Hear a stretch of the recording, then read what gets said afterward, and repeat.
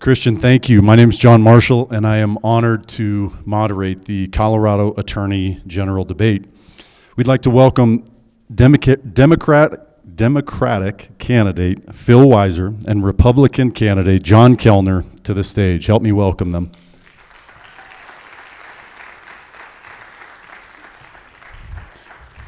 Gentlemen, thank you both for joining us today and for your willingness to serve as Attorney General of Colorado. Before we begin, we'd like to go over some of the ground rules. Candidates should focus on ideas, not personalities. Candidates should be courteous and not make inflammatory statements. Disrespectful or attacking speech or profane language will not be tolerated. Candidates may not display a prop of any kind. Candidates must strictly adhere to the time limits of each section of the debate. The moderator reserves the right to cut off a candidate who exceeds the time limit or redirect a candidate if their remarks are not pertinent to the elected office. Do you both agree to these rules? Yes. Very good. Additionally, we ask that all audience members exhibit professional decorum during these debates. Limited applause is allowed, but unruly outbursts or disruptions are prohibited, and the debate moderator may penalize a candidate's time if their supporters are unable to maintain decorum. Audience members should be aware that these debates will be filmed and live streamed for public viewing. With that, we will begin with opening remarks. A coin toss was conducted backstage. Mr. Weiser has chosen to begin opening remarks. Mr. Weiser, you have 3 minutes for opening remarks. Thank you, John. Thank you, Christian. Thank you, Club 20. It is great to be back here. I have felt so welcomed, so encouraged by this community that is filled with optimism. It's a great line from Wallace Stegner, which is, "It is impossible to be pessimistic in the West. It's the native land of hope." My background is one of growing up with hope because my mom was born in a concentration camp and was liberated by the U.S. Army at 7 days old. My grandmother was an amazing woman, and I would ask her, Bubby, which is what I called her, "How did you believe that you'd have a better future?" She would tell me, "It's easier to believe." And she wanted to come to this country of hope and optimism because she believed in our values of freedom and opportunity for all. I appreciate those who serve our nation, and tomorrow is 9/11, a date that we remember all those who served and sacrificed, like John and others, and they've got my gratitude. I have served as your Attorney General over the last 4 years, and I've continued to show up in this community. Some have said, "Phil, enough already. We see you all the time. We know you care about Grand Junction." And I sure do. And what I want to say is, in the next 4 years, I'll keep coming back, and I will only be a phone call away. Like when Bernie Busher called me to say, "We've got an issue with the Rocky Mountain Health Foundation. United Health Group got this windfall from the purchase of Rocky Mountain Health plans, and we don't have a great legal argument, but you're the Attorney General. You've got a moral argument." I got to work. We got $25 million back for the foundation. And on top of that, we got $5 million for a youth mental health initiative. When Cleve Simpson and others in the San Luis Valley reached out to me and said, "We got a problem. There's this plan to ship water from the valley to the Front Range. It could decimate our community."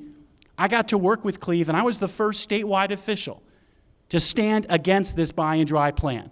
And I'll continue to stand against such plans and stand for the people of Colorado, the people who I serve on a daily basis against irresponsible companies like so many who've taken money that they shouldn't have. We got $230 million back to Colorado consumers in student debt relief and refunds. And we fought for health care. We fought for the opioid epidemic, getting $500 million to address this crisis. And we fought for public safety, including enforcing the Victims' Rights Act, serving on complex cases, working with your district attorney to go after fentanyl trafficking, and elevating law enforcement through improved retention, recruitment, and training. We've got more work to do in a second term. I'd be so honored to have your support. Thank you, Mr. Weiser. Mr. Kellner? Mr. Kellner, you have 3 minutes for opening remarks. Thank you, John, and thank you, Club 20. It is great to be out here in Western Colorado. My name is John Kellner, and I'm running to be your next Attorney General.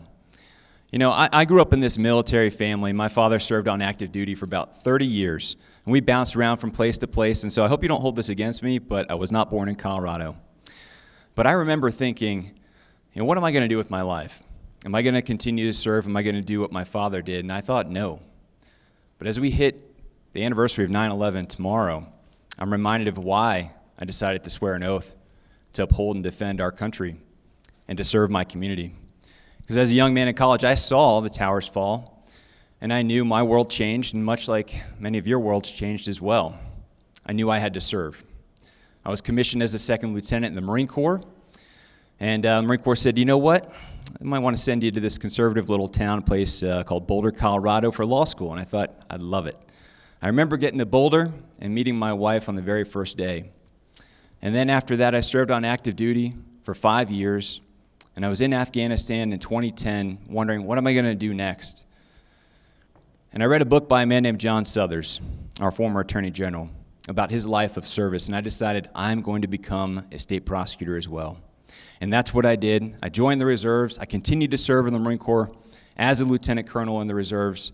But I started that life of being a career prosecutor, of seeking justice for victims. And that is what motivates me now to run for Attorney General. Because as I look at our state, we are in crisis on so many levels. Let's set the stage. We're number one in the country for car theft. We are number one in the country for bank robberies. We are number two in the country for the highest rate of fentanyl overdose deaths. That is unacceptable, and we do not have to accept that as the status quo. As the state's chief law enforcement official, which is the Attorney General, I will be an advocate for public safety. I will hold those accountable who prey on our loved ones. Because behind all of those statistics I just told you are real people. They are your neighbors and friends. They are 16-year-old children who overdose from this fentanyl poison that is flooding our communities. As a district attorney, as the elected DA, for Colorado's largest judicial district, representing over 1 million people in Arapahoe, Douglas, Elbert, and Lincoln counties, I have done that. I have gone after the people who are targeting our children. As your Attorney General, I will make Colorado safer again. That is my pledge to you every single day. I will wake up and ask, how can we make this state stronger and safer? Thank you so much. Thank you, Mr. Kellner. Now we will move into the question and answer portion of the debate. Each candidate will be asked to respond to 4 questions that have been submitted by Club 20 members and our partners. Each candidate will have 1.5 minutes to respond to each question. The candidate who goes first on each question will have an opportunity to give a 60-second rebuttal to the other candidate's response for that particular question. The candidate who went first in opening remarks will offer the first response to the first question. Mr. Weiser, question number 1 is to you. The Attorney General is responsible for directing more than 200 attorneys providing legal services for the state of Colorado, ranging from water law, transportation, criminal appeals, environmental protection, regulatory affairs, civil litigation, and constitutional issues. In your opinion, what are the 3 biggest issues facing the Attorney General's office and the state of Colorado, and what will you do to address these 3 issues? Thank you, John. It's important to understand the breadth of the challenges we face. First, I'm committed to defending and protecting the rights of the people of Colorado. Second, to advancing public safety. And third, protecting our land, air, and water. I've got literally a few seconds on each of those. First, protecting our rights as consumers, our civil rights. We in Colorado don't want our rights being taken away from us. And the Attorney General, as the lawyer for the people, is the person who fights for people to make sure they're not preyed on, like what happened with this opioid epidemic, where Purdue Pharma and others pushed dangerous drugs and lied to people. We've held them accountable and brought that money back to Colorado. Number 2, The protection of public safety is a team effort in Colorado. The district attorneys have the baseline for a lot of the criminal prosecutions, but we can help. We can help by elevating and improving public safety. We're working on redesigning the police training curriculum for the first time in 40 years. I was here in Grand Junction yesterday and the day before working on that. We can work on public policy in the legislature, like bringing back funds to fight the fentanyl crisis and get better laws.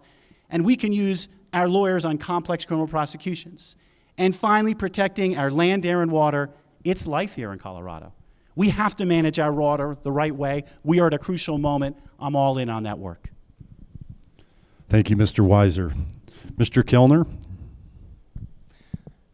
There's 3 issues that you should all be concerned about. Let's start with consumer fraud protection. Right now, there is an epidemic of people that are trying to defraud, especially those who are seniors in our communities, through incessant robocalls, and the Attorney General's office has a role and responsibility to protect consumers. I have done that as a district attorney. I have led on that issue. We had over $73 million paid out by our state in unemployment fraud insurance that the Attorney General has now failed to recover for our state.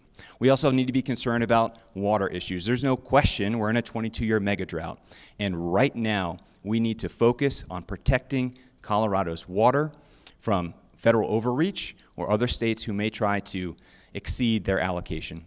And lastly, I think it's obvious from my opening statement, I'm deeply concerned about public safety and the role of the Attorney General in leading on that topic, in using all of the tools that need to be brought to bear on a statewide problem, and the Attorney General has access to the statewide grand jury. That's what I'm going to do. I'm going to use those resources to tackle those issues. Thank you. Mr. Kellner, the clock was imprecise. I started my watch. You have 30 additional seconds if you want. Good. I wanted to talk more about the statewide grand jury, but the clock was off, so I figured I needed to wrap it up. You got 30 seconds. Thank you. So the statewide grand jury is something that the Attorney General has access to, and because we have statewide issues and problems with things like fentanyl traffickers bringing this poison into our communities, we need statewide leadership to approach this issue. As the district attorney for the state's largest judicial district, I've done that with my local grand jury, indicting over 24 fentanyl traffickers and seizing dozens of firearms and hundreds of thousands of fentanyl pills to hold those people accountable. But we need a statewide focus on that problem, because doing it in one area is simply not enough. Thank you, Mr. Kellner. Mr. Weiser, you have a 60-second rebuttal. When we had this unemployment insurance fraud come up, I got to work. I was one of the first attorneys general in the nation to set up a task force to work collectively on this issue. And we've gone after cases, both ourselves and working with district attorney partners. These cases can be complex and they can take time. We're on the case working on the issue. As for our work on the statewide grand jury, it has been robust. It's a tool that we are using in cases like Operation Vicious Cycle, which is going after a whole network of bicycle and car thieves. Daylight burglaries, another operation in Fort Collins, where there were these terrible criminals preying on Asian business owners. We held them accountable. We've been working with this great statewide grand jury around a series of organized criminal activities. We'll continue to do so. Thank you, Mr. Weiser. Question number 2 is to Mr. Kellner first. Mr. Kellner, often Western Colorado looks at issues differently than the Front Range, and former attorneys general of both parties, such as Gail Norton and Ken Salazar, have selected attorneys from Western Slope to serve in the top ranks of the office. How would you ensure that the perspective of Western Colorado and rural Colorado is represented in the Attorney General's office and the decisions that impact those areas? That is a fantastic question. I can commit to you all right here today that as your next Attorney General, I will always be here for the Western Slope. And I will have people in the leadership of my office representative of this community. Too often we hear about that rural-urban divide. And earlier today I heard a candidate talk about forming a bridge between those two areas. When I come out here, folks, to Grand Junction to visit my friends, like in the DA's office and your sheriff and talk about these issues, I feel more at home, frankly, than I do in many other places. And the reason for that is because I grew up in these military towns, places that value service, that have hardworking individuals, and that's exactly what I see out here in Western Colorado. You know, I'm a person who is deeply committed to being all parts of my judicial district, and as I mentioned, you know, it is these 4 counties, Arapahoe, Douglas, Elbert, and Lincoln. A lot of folks want to talk about just the issues in Arapahoe County because we've got a big portion of Aurora, or just about Douglas County because we've got Parker and Castle Rock and other great cities. But the reality is I spend a ton of time listening to and working on the problems of our more rural communities in Elbert and Lincoln. I will do that on a statewide basis as your next Attorney General. Thank you. Thank you, Mr. Kellner. Mr. Weiser. I had this question 4 years ago, and I had a dream that I could convince Russ George to join the Attorney General's office. I didn't. But I have had Russ as an advisor and as a mentor. And Russ, along with others like Ray Beck, Steve Erkenbach, former Republican district attorney here, have endorsed me because they've seen my commitment. I'm not running on a pledge. I'm running on a record. I also said here we'd have lawyers living on the Western Slope, teleworking. That was before the pandemic, before it was cool. We do.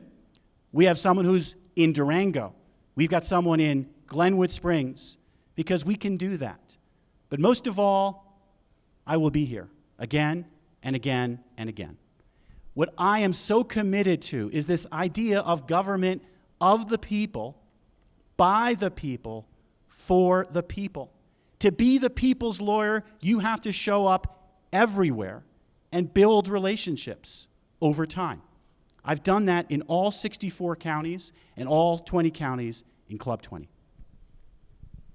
Thank you, Mr. Weiser. Mr. Kellner, you have a 60-second rebuttal. Yeah, I appreciate what Phil said about being out there and going to the communities that you're serving, and I agree with that. We have to do that as elected representatives, and I frankly give folks credit for showing up to this debate on both sides of the aisle who actually respect your vote and want to earn it. One of the things we didn't talk about, either one of us, is it's not just this division potentially between the rural and urban areas of our state, but it's the political divisions too. You know, I'm not a person who simply talks to those of my party. I am a person who reaches across the aisle and tries to find solutions with Democrats and unaffiliated voters to try and come up with things that actually fix problems in our communities and in the justice system. And I've done that as a district attorney. I will do that as your Attorney General. Thank you, Mr. Kellner. Question number 3 is to Mr. Weiser first. Colorado is facing the greatest water challenge in our state's history. What is the role of your office in protecting Colorado water while meeting our downstream obligations? There may well not be an issue that is more important to our future than water. In the capital, there's a poem by Thomas Farrell, which says, in Colorado is a land where life is inscribed in water. Whether communities have water or not is make or break. If you don't believe that, go visit Crowley County and learn from John Stolp, as I did, about what a poster child of how not to manage water looks like. That's why the issues in the San Luis Valley are so personal, because it's a question about who are we as a state? Are we a state that asks, what do you need from water and what can you give up? Or are we a state where communities don't feel like they're at the table, they're on the menu? Well, as long as I'm Attorney General, I will have their back. They will not be on the menu, they will be at the table. And together we'll work on these challenges, which are not only within Colorado, but with surrounding states. And right now we're facing a challenging moment for the Colorado River, a moment that requires leadership from someone with Supreme Court experience, who's been engaged in these issues, working through them as a core partner to the Colorado Water Conservation Board and to the Colorado River Commissioner. I've done that work, and Russ George and Dick Bratton, 2 longtime leaders in this community, explained that case very well. I want to keep serving and protecting Colorado's water as your Attorney General. Thank you, Mr. Weiser. Mr. Kellner, the same question to you, and I'm happy to repeat it if that's helpful. No, I have the question. How much time? You have 90 seconds. Great. So I want to reiterate one key point for everybody. I understand the issues related to water here, not just here on the Western Slope, but our entire state. I mean, in a 22-year mega drought with millions of people depending on the lifeblood of Colorado River's water, we have to stand firm. You know, there are things that have never been partisan when it comes to water. You know, Republican, Democrat alike, we've resisted attempts to rewrite the compact, and I think we should continue to do that. We've united with 6 other states to really demand California's compliance when they've tried to overdraw. We've worked closely with the Department of the Interior on the drought contingency plan from 2019. You know, that's Republican, Democrat alike, all working towards common solutions. And one of the things we have nearly always united on is resisting federal overreach into managing Colorado's water, and we need to continue to do that. You know, when the WOTUS rules came out under the Obama administration, it was a Republican Attorney General who led the charge to defend and protect our water. I am ready to carry on that mantle. That's why I have the support of a great person like our former Republican Attorney General, John Suthers, who gave me this advice. Whenever you come up with these water issues, go to the communities impacted, find out what's really happening, and work to protect them. I will do that as your Attorney General. Thank you, Mr. Kellner. Mr. Weiser, you have a 60-second rebuttal. A couple points that I want to make. When you talk about collaboration between Democrats and Republicans, ask, can you show me what you've done? In my case, it's working with Cleve Simpson on this critical issue about the buy and dry plan in the San Luis Valley. My voice was out there before any other statewide official. I've worked with Bob Rankin on how we make sure that we invest in water infrastructure, which is a crucial challenge for Colorado. And I'll keep working with everyone and our rural communities on this essential question. But more than that, I will look for who's preying on people, pulling a fast one, like the companies who made PFAS, this forever chemical that's harmful to human health. I'm now taking them on in court. We'll hold them accountable to serve the people of Colorado. As the people's lawyer, I've demonstrated my commitment to serve the people of Colorado. Thank you, Mr. Weiser. Mr. Kellner, our final question is to you. According to the Common Sense Institute, in 2020, Colorado experienced 540 fentanyl-related deaths, an increase of 143% from 2019. In 2021, there were over 800 fentanyl-related deaths, and the total lifetime cost of 1,104 opioid-related deaths in Colorado in 2021 reached more than $15.2 billion. What can the Attorney General's office do to help rein in fentanyl and opioid usage? Those statistics are just sobering, right? And one of the things that's even worse about that is that it was actually over 900 deaths in 2021 across our state from fentanyl. 29 kids lost their lives last school year alone, including a teenager who died at her desk down in Colorado Springs. As a district attorney, I've talked to these parents time and time again who've lost their loved ones and wondered why, how, what can we do about this? We need statewide leadership to tackle this statewide problem. I told you earlier about my use of our grand jury in going after fentanyl drug trafficking organizations. I've spent my entire career fighting for victims and fighting to hold people accountable who prey on the vulnerable in our communities, and I know how to get that done. You know, last December, I sounded the alarm. I wrote an op-ed about the fentanyl crisis that's coming. Before a lot of people in this room had probably heard about it. We arrested 21 defendants and seized 28 firearms and 3 hand grenades from a group peddling poison, over 100,000 fentanyl pills. And then a few months later, 200,000 more pills that we seized that were going towards our communities to potentially take people's lives. The Attorney General needs to lead on this issue and support public safety policies that put victims first over the offenders. That's what I'll do as the Attorney General. Thank you, Mr. Kellner. Mr. Weiser, would you care for me to repeat the question, or are you good? I think I have it. And I want to say to those parents who've lost loved ones, I hear you, I feel for you, and I'm inspired by you.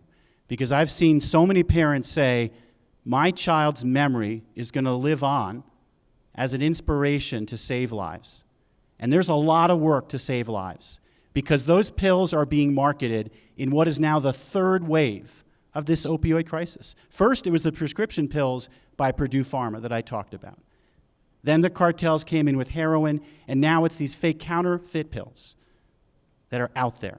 And kids are getting those pills, and they're dying, because 2 out of 5 of them are deadly to someone who thinks they're taking a Xanax. So first, we need better awareness and prevention strategies, and the $500 million we're bringing back with 19 regions all across the state are set up to help on that important front. Second, we've got to go after these cartels pushing these pills, and working with Dan Rubenstein, your local DA, and Jason Dunn, the former U.S. Attorney, I called for action, and we took action in a new law to address fentanyl distribution. We also need more drug treatment and recovery services. Because when I've talked to some moms, like Tricia, her son died on a wait list because he wanted treatment and he couldn't get it. We have about 20 to 25% of the treatment and recovery services we need.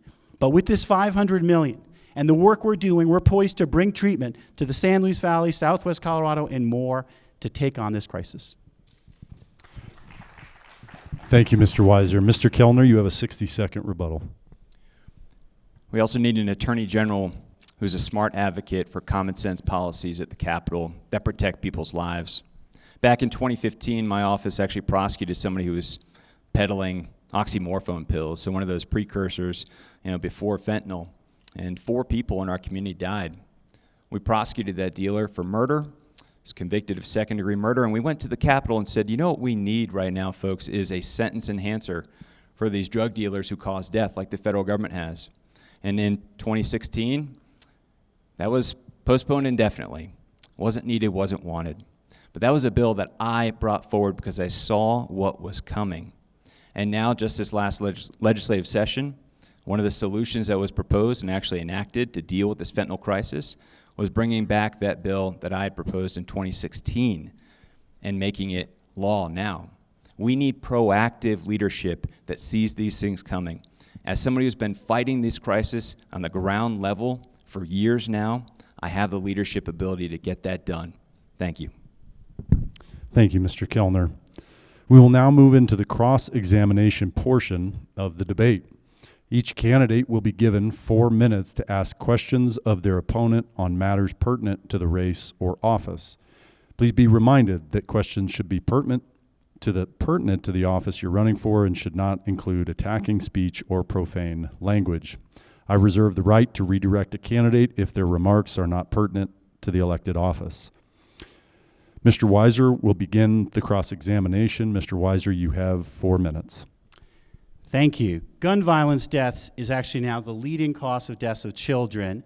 Colorado passed a red flag law that can remove firearms from those who are dangerous to themselves or others. If the Supreme Court were considering a challenge under the Second Amendment to a red flag law from another state whose law is like Colorado, would you file a brief to defend the constitutionality of red flag laws, or would you file a brief to support a Second Amendment challenge? Really depends on what that other state's law is and how similar it is to Colorado's. Let's say it's identical. Okay, so if it's identical and there's an issue that would probably have bearing on Colorado, my role as the Attorney General for this great state is to support and defend the laws of the state. And I'm not trying to pick winners and losers, and I am actually somebody who abides by the rule of law. That is my North Star. And I will uphold and defend the laws of the state of Colorado. Including file amicus briefs cases and other cases that support red flag laws? If it is relevant to Colorado's law, yes. Our law on domestic violence protection has protection if you're a victim of domestic violence that your firearm from your battery can be removed.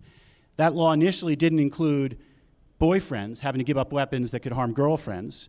We fought to close that boyfriend loophole.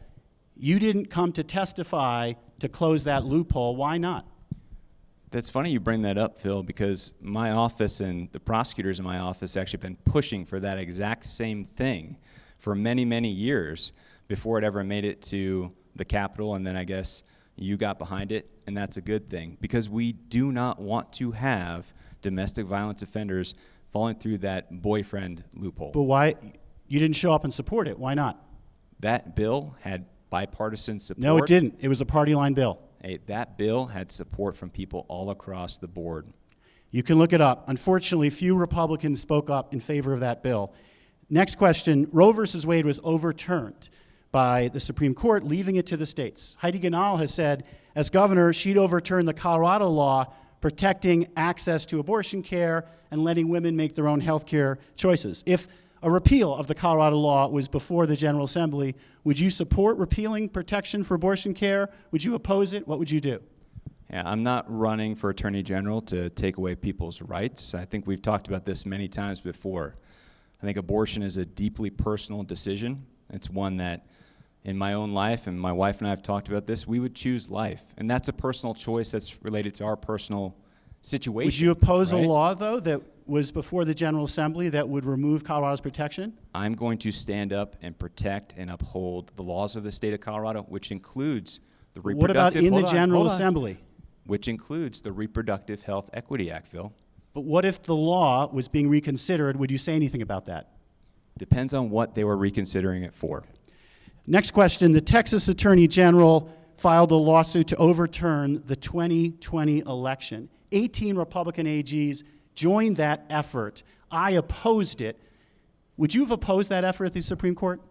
I wouldn't have joined that lawsuit by the Texas AG. I was actually asked that on day one when I announced my campaign, and no, I don't think so. I don't want other states telling Colorado how to run their elections, and it wouldn't be appropriate. So I think we share some common ground there, Phil. Speaking of common ground, do you agree with Liz Cheney that President Trump should have been impeached for what he did on January 6th? I've talked about this before, too. I think Donald Trump has some responsibility for what happened on January 6th, and he certainly should have spoken up and said something more about what was going on when it was happening. And I look forward to the people who broke the law there being held accountable. So final question. I know you and I share a commitment to public Mr. service. Weiser, Who's I your think- most important mentor? Your time has expired. You can wait Mr. for the closing remarks for that.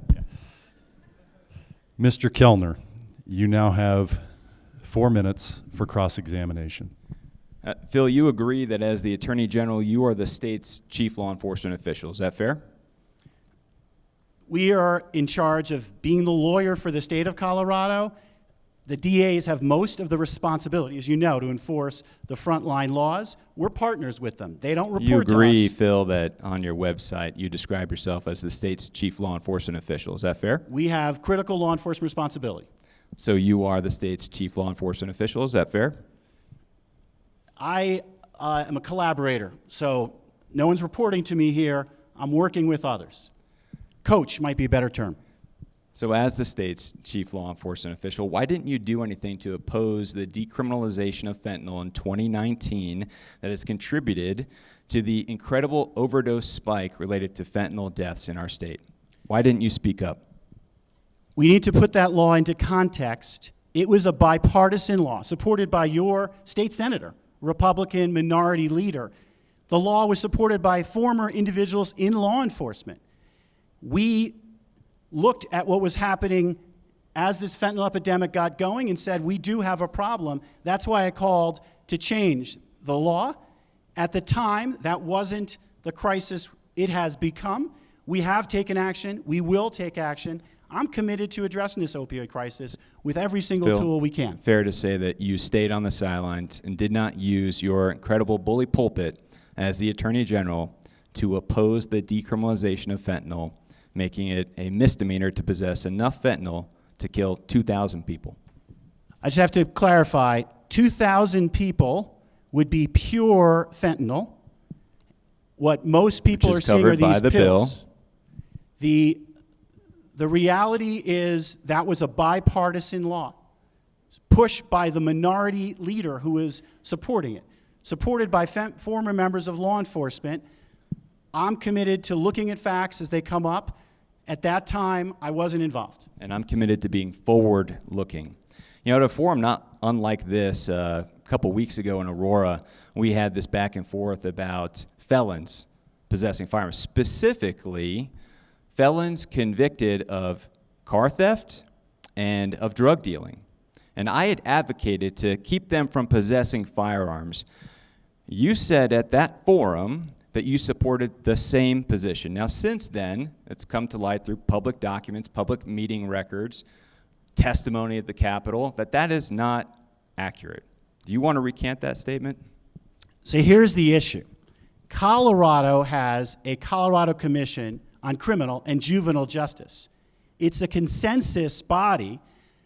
The only issue in that case that could have been voted on by the legislature was a whole package of 60 felonies that would disqualify people from a firearm.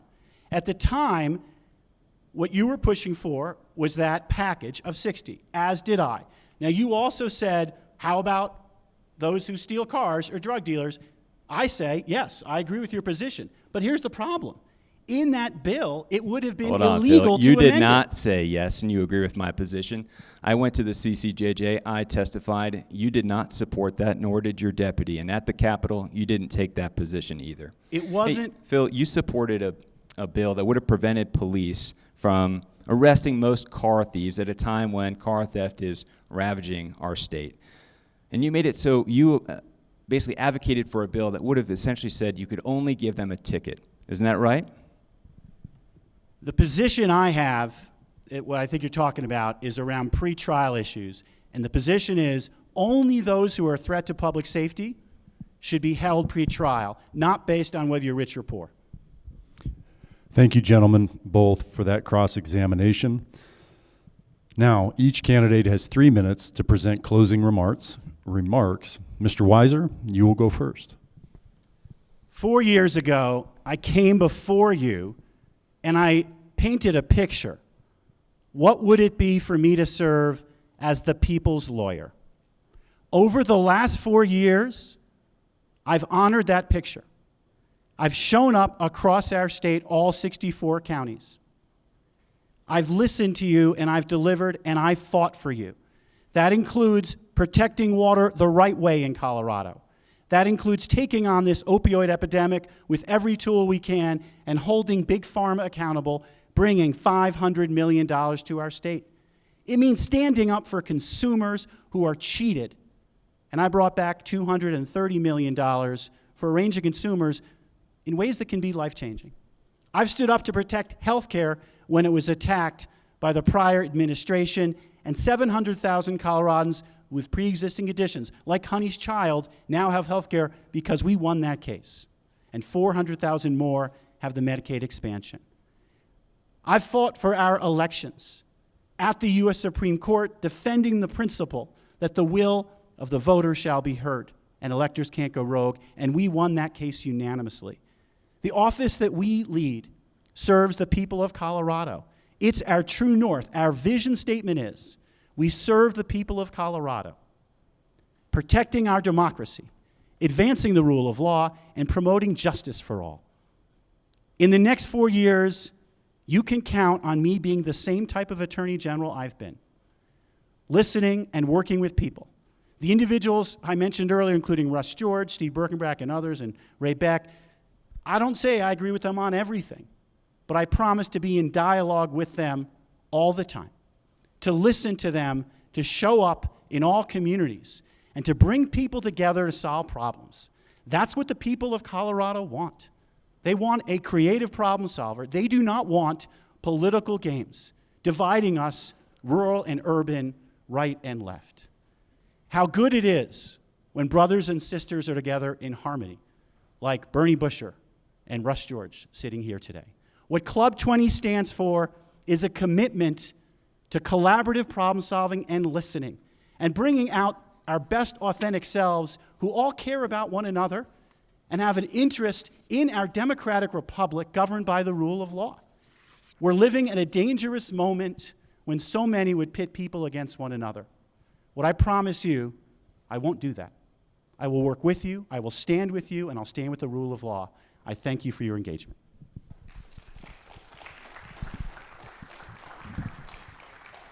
Thank you, Mr. Weiser. Mr. Kellner, you have 3 minutes to give closing remarks. Thank you. Colorado's in crisis, and we see it every single day. This report that came out a few days ago from the Common Sense Institute talking about car theft. We're number one in the country in such a bad way. And the thing that should be overwhelming to anybody who reads those reports and understands what's happening is that these are statewide laws and policies that are driving these issues. And they hurt many of the poorest among us. You know, over 60-some% of the cars stolen in the state are valued at less than $15,000. The people I speak to as a district attorney who are driving around those cars, those are single moms who are trying to get their kid off to daycare before getting to an hourly wage paying job that they might lose. That's unacceptable. When I talked to the mother of a 16-year-old, poor girl took what she thought was a Xanax pill and turned out to be laced with fentanyl and caused her death because she was struggling with anxiety, which is a huge problem here in our state. We have so many things to fix. And the state's chief law enforcement official, the Attorney General, has a tremendous leadership role in leading that charge to make Colorado safer again. Right now, we are the 47th worst crime rate in the country. Think on that for a second. This isn't COVID related. This is driven by bad statewide laws and policy. And the Attorney General can influence what happens, just like we heard in 2019 when the Attorney General failed to show up and speak out against decriminalizing fentanyl, which has led to an overwhelming amount of deaths in our state. And as I went to the Capitol and asked, don't arm convicted felons of drug dealing and stealing cars, I found myself at odds with the state's chief law enforcement official, and I was frankly amazed. Because these are things that we should have bipartisan agreement about. Crime and how it affects people and the cost of it in our families and on our communities, it doesn't care about R or D. Nobody calls 911 and is asked, what party are you a member of? So I want you to think about this as you head into November. 4 years ago, when Mr. Weiser accepted that nomination to run for Attorney General for his party, he said, my job is to keep the people of Colorado safe. That's what I'm going to do. You have a simple question on the ballot in November, and that question is this: do you feel safer now today than you did 4 years ago? Most people will answer that question no, and I'm asking for your vote and your support. I'd be honored to have it so we can turn the tide on this crime wave in Colorado and make it safe again. Thank you so much. Thank you both, Mr. Weiser, Mr. Kellner. Thank you so much for participating in today's Colorado Attorney General debate and for your willingness to serve the state of Colorado and frankly for visiting Colorado Mesa University. We appreciate you both.